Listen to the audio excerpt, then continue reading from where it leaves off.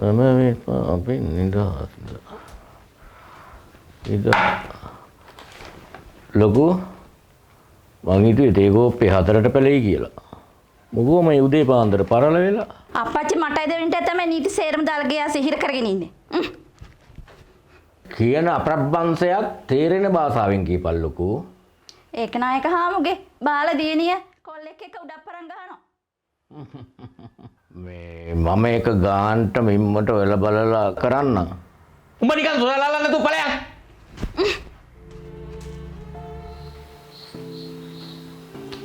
ලොකු අක්කා අප්පච්චිත් එක්ක රණ්ඩුවල්ලන්න එපා. නෑ දෙවනි මට අප්පච්චිත් එක්ක පුදුම කේන්තියක් එන්නේ. කේන්ති ගත්ත කියලා වැඩක් ඈ. කපුව කී දෙනෙක් නම් මේ වලව්වට ආවද? දෙවනිට මට යෝජනා නම් කීයක් ආවද?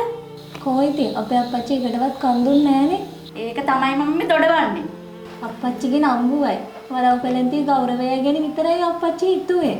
අප්පච්චිට අබමාල් හොරක් තරම්වත් අපි දෙන්න ගැන අගයක් තිබුණද? අපි දෙන්න නිකම්ම වලව්වට නා කිව්වා.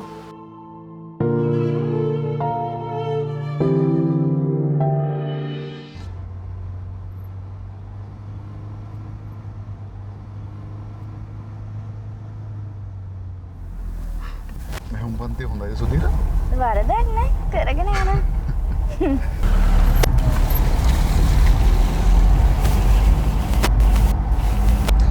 සුදීරට දැන් මහන්න බලන්න. පුළුවන් අනේ. මෙන්න මම ඔයාට පෙන්නන්නම්. නේ? ලස්සනයිද? ෂා. අසයි. සුදීර. අපිට කතා කරන්න ඕනත්. මොනව ගැනද? අපි ගැන.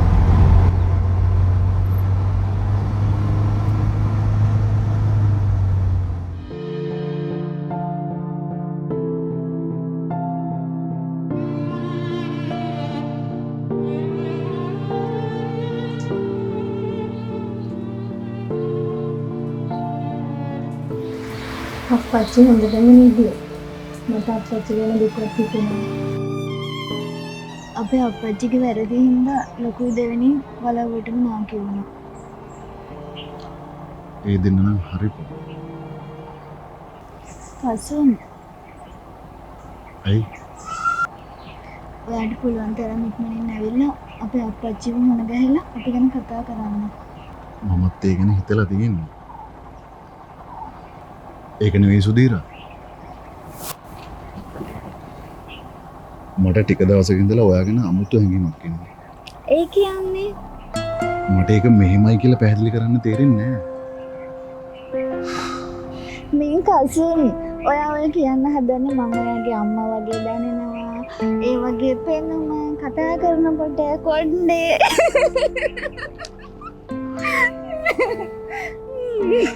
විකාර නෙවෙයි ළමයෝ. යා මම විකාරයක් වගේද පේන්නේ?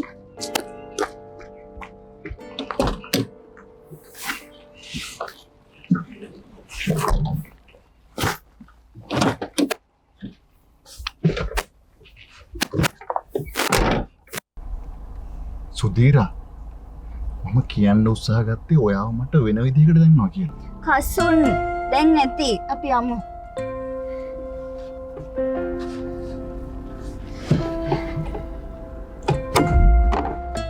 අප්පච්චිට අපි ගැන මීට වැඩි හිතන්න තිබුණා. මේ ලොකු චූටිගේ පළේලා ගැන අප්පච්චි මොකද කියන්නේ? මට කිව්වේ ඔබ නටන්න නැතුව ඉඳපන් ගානට මිම්මට මං හොයාගන්නම් කියලා. මේ අප්පච්චි හොල බල එකක් හබක් කරයිද දන්නේ නැහැ. ඉතින් හබක් වුණාවේ. ලොකු දැන් ඉන්සියා කරන්නත් පුරුදු වෙලානේ. මොනවද දෝනියන්දල දෙන්න කාමරේට වෙලා කුටු කුටු ගාන්නේ? මොකුත් නෑ අප්පච්චි. ඕ තාම චූටි ආවේ නෑ දැන් ගොඩක් අවස් වුණානේ. නටනට ලේවි දැන් හති වැටිලා. නිකම් කට කඩිච්ච කතා කියන්න එපා ලොකු.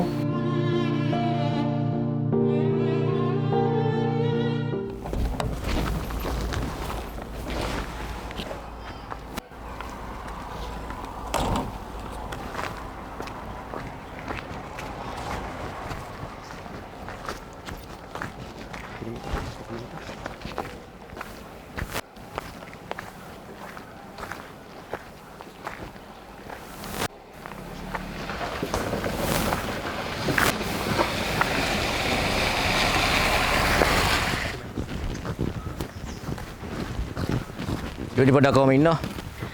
ඇයි අපච්චි? අද වෙනදට වැඩිය පරක් වෙලානේ. කොහෙද මෙච්චරලා ගියේ? කොහෙවත් නෑ අපච්චි. මම පන්තිය ළඟ ඉඳලා කසුන් එක්ක කාර් එකේ ආවේ. කසුන් මාව ගේට්ටුව ළඟින් බස් එකල ගියා. කසකුස කිව්වට මොකෙද්ද කියලා මම දන්නව. අනිත් එක කවුද ඌත් එක්ක උඹට රවුම් ගහන්න කිව්වේ? රවුම් ගැහුවේ නෑ අපච්චි. පන්තිය ගාව ඉඳලා මෙතෙන්ටමයි ආවේ. මෙතෙන්ට ආවත් අතෙන්ට ආවත් ඒ ඉලන්දාරියා කවුද කියලා උඹ හරියට දන්නවද? මම දන්නවද? කසුන් හොඳ කෙනෙක් අපච්චි. ඒ හොඳෙන් මට ඇති වැඩක් නෑ. මං ඒ ඉලන්දාරියා ගැන හරියට හොයලා බලනකම් උඹ ඒක එක්ක ආයේ රවුම් ගහනවා එහෙම නෙමෙයි ආ. මටත් දෙන්න කවදා හරි අක්කන්ටිලා දෙන්න වගේ මේ ගෙදරට නාටු වෙන්න තමයි.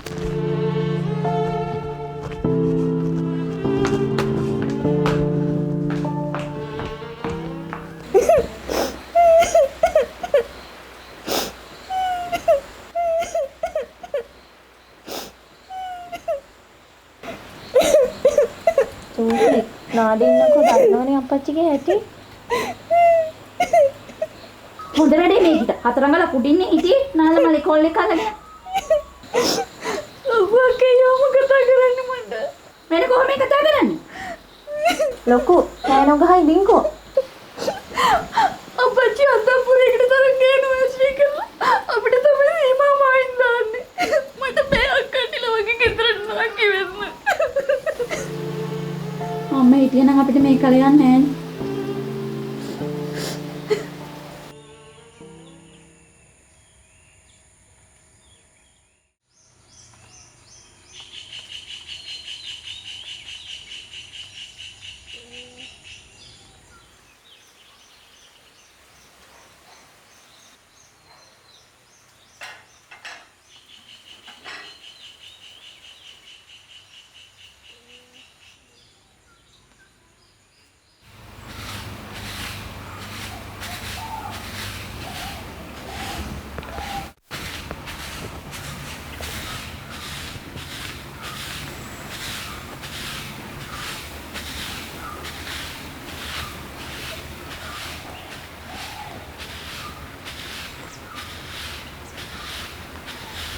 උදෑසනක් කවමත් සුබ උදෑසනක්. එමු ඇතුළට.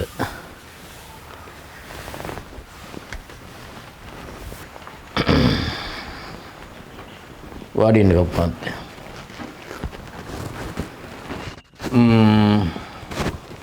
කපු මාත්‍යාර මං කියපු කාරණේ ගැන හොයලා බැලුවද? නොම්බර එකට හොයලා බැලුවා. තනියා මොන තනියෙක් ගැනද කපු මහත්තයා ඔය දොඩවන්නේ? පවුලේ ඉන්න එකම පිරිමි දරුවා. ඒකයි මං තනිය කිව්වේ. ඒක මිස ගොඩ මඩ ඉඳන් යහමින් තියෙන. ඒකේ අම්මා තමයි මේව බලා කියාගෙන වැඩ කරන්නේ. එතකොට ඒ ළමයාගේ තාත් තමයි හිතේ මෙරිලා. මම ඌ වැඩිය ආරවුස්සන්න ගියේ නෑ. ඒ ළමයාගේ වාසගම මොකද්ද? වාසගම හවු මහත්තයා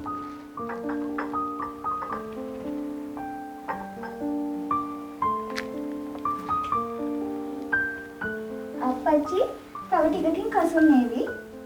සුධිර නෝනා කසුන් කිව්වේ මේ අපේ මනමල් මහත්තයාටද? ඔව්. මම ගිහිල්ලා එන්නම් හවු මහත්තයා. එහෙමනම් කටයුතු කාරණා කතා කරගෙන මට කියන්න. හොඳයි කපු මහත්තයා ගිහිල්ලා එන්න.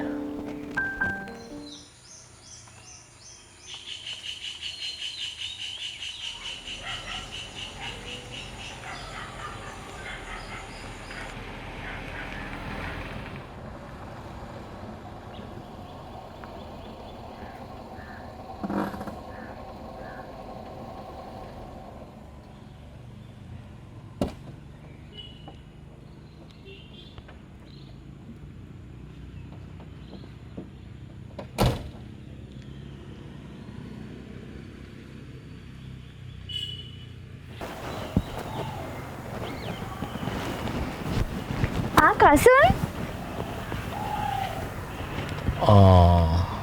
මේ ඉලන්දාරියද කසුන් කියන්නේ? එන්න කසුන් ඇතුළට.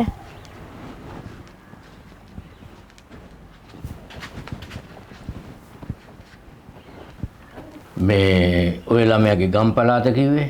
දෙහිගස්පේ. දෙහිගස්පි දෙහිගස්පි ගැන මං හොඳට දන්නවා. මොකද ආව මහත්තයා නෝද හරි ගියුම් බලන්න ළමයාගේ විස්තර එහෙම. මම සුධීර එක්ක හාදගමක් පටන් ගත්තේ සුධීර ඒකනායක වලව කියලා නොදැන්න. මට මගේ අම්මා තමා කිව්වේ ඒකනායක වලව ගැන විස්තරේ. අම්මා කිව්වේ?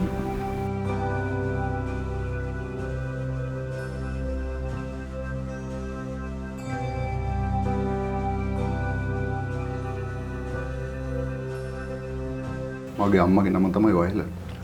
වයලට්? ඔව්. අත්තර ගෙදර වයලට්. කාලයක් තිස්සේ ඒකනායක වලවට කඹුරපු තෑග්ගක් විදිහට වයලට් කියන අහිංසක ගෑණිගේ කුසට දරුවෙක් තෑගි කරපු ඇති ඒකනායක ලේවලින් ජාතක වෙච්ච වයලට්ගේ එකම පුතා කසුන්. ලොකු දෙවනි චූටි මාව කාමරේට අරන් පරයල්ලා. මාව කාමරේට අරන් පරයල්ලා.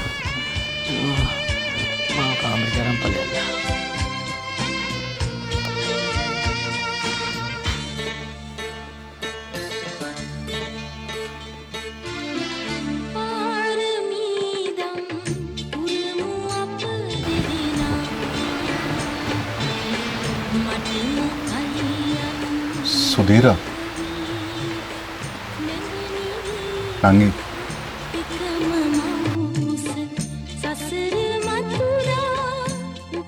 මට නම් මේ කිසි දෙයක් තේරෙන්නේ නැහැ දෙයියනේ.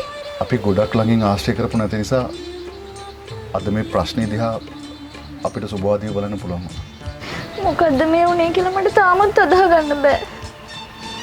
මල්ලි අපච්චි කතා කරනවා.